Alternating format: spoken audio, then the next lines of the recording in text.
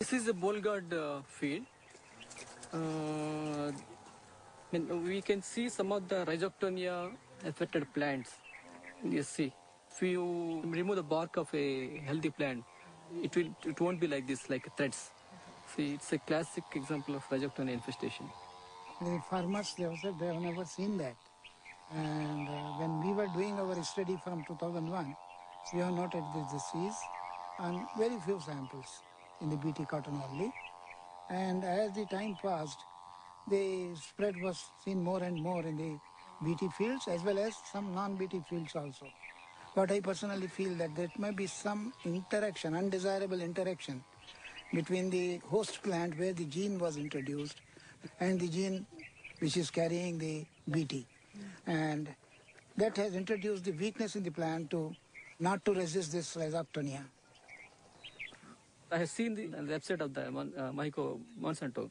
BT cotton reduces 78% of the pesticide reduction and pesticide consumption, and it gives to 30% better yields. But it's an utter flop. After 90 days, invariably you have to spray for bollworms, even on BT cotton. How do you explain that so many farmers are buying BT seeds? See, presently the option is is getting narrower and narrower to the farmer. During the current season, even farmer wanted to go for non-BT. There was no non-BT hybrid seed available in the market.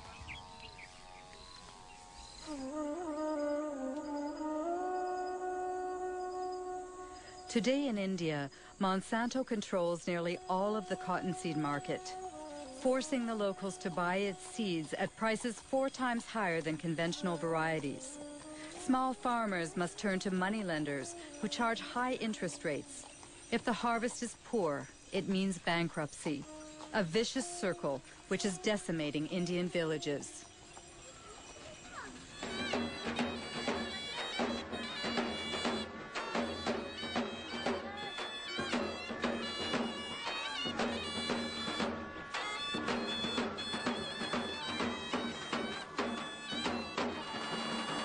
आज जे आपल्या इथं आत्महत्या झाली ती कशामुळे झाली? BT cotton. BT cotton. अजून काय कारण होतं? कर्जबाजारी. वय काय होतं? 25. हा, ही consumed pesticide 1 litre pesticide.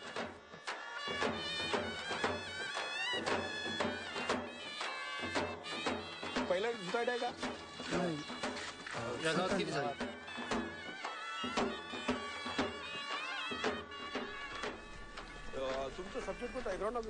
Tragedies like the one we've just witnessed occur 3 times a day in the Vidarbha region, where BT cotton was introduced in 2005. Of course, cotton farmers committing suicide is not new in India, but the GM crops are causing it to skyrocket. However, in this battle that pits David against Goliath, few dare to publicly denounce this international scandal.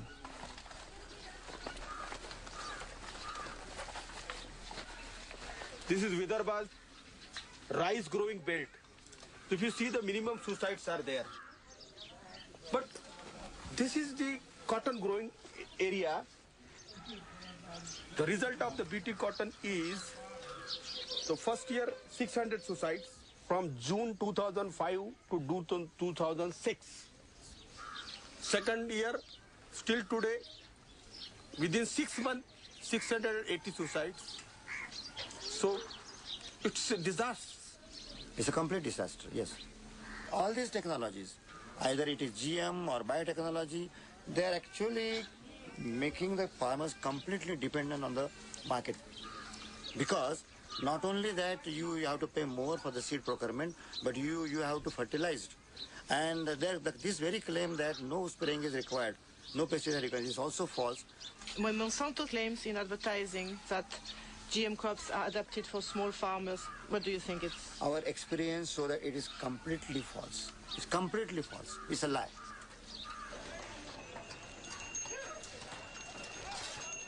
On this day in December of 2006, a revolt was brewing in the largest cotton market in the state of Maharashtra.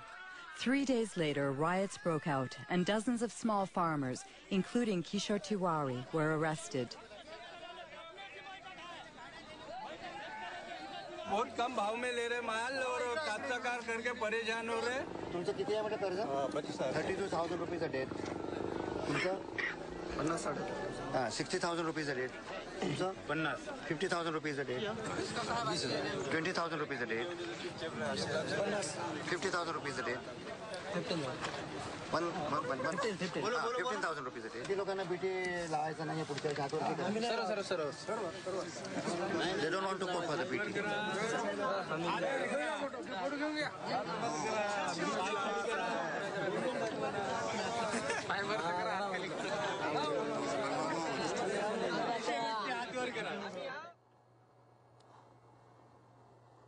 Seeds of Suicide is the title of a book by physicist Vandana Shiva.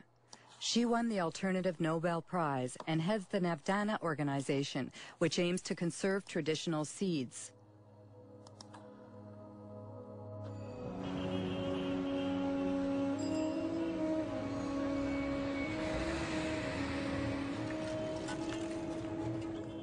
In the beginning, Vandana Shiva's battle was against the first Green Revolution, which brought industrial agriculture to India in the 1960s. Today, she denounces what she calls the second Green Revolution, that of GMOs protected by patents. The difference is that the first Green Revolution was public sector driven. It was driven by government agencies. The government agencies controlled the research. In the case of the second Green Revolution, it is driven by Monsanto. It is a Monsanto-driven revolution. The second big difference is that the first Green Revolution did have a hidden objective of selling more chemicals. But its first objective was providing food. It was food security. And yes, they grew less pulses, they grew less oilseeds, but they did grow more rice and wheat. It fed people. The second Green Revolution has nothing to do with food security. It's not about food security.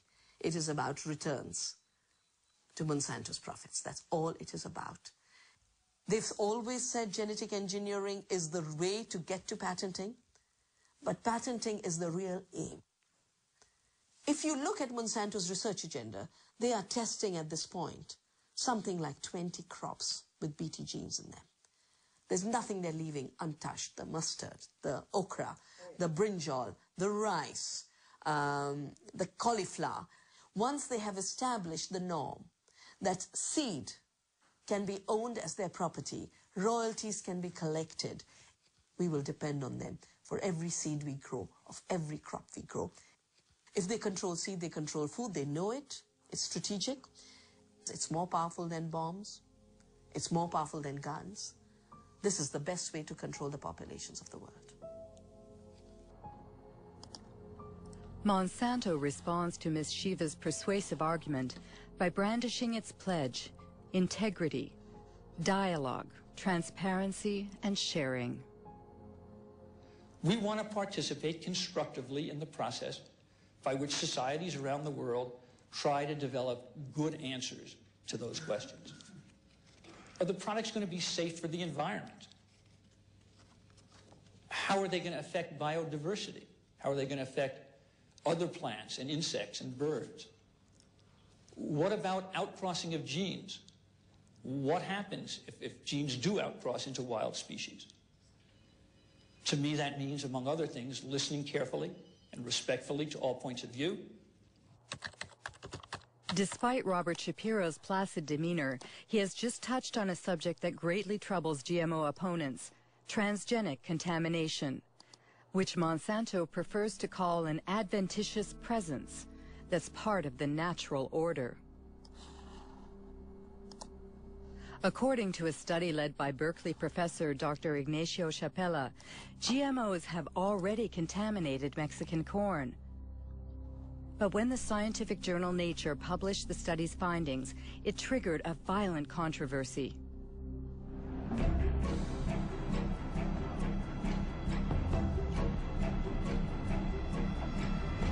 I had been working for 15 years with indigenous communities in Oaxaca, in Mexico, and they had been developing the capacity to analyze their environment themselves.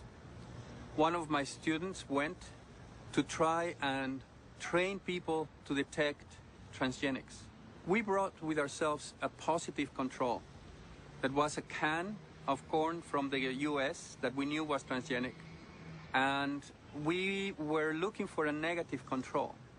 And we thought the best negative control is going to be corn from the local places, because we all believed that was the cleanest, the most well-preserved source of corn in the world.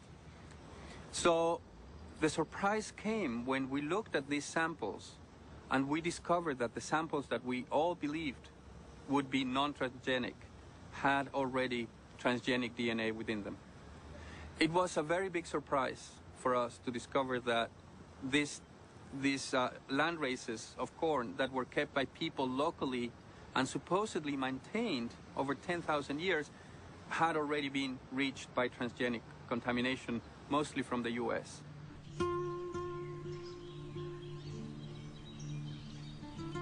Mexico is the center of origin for corn.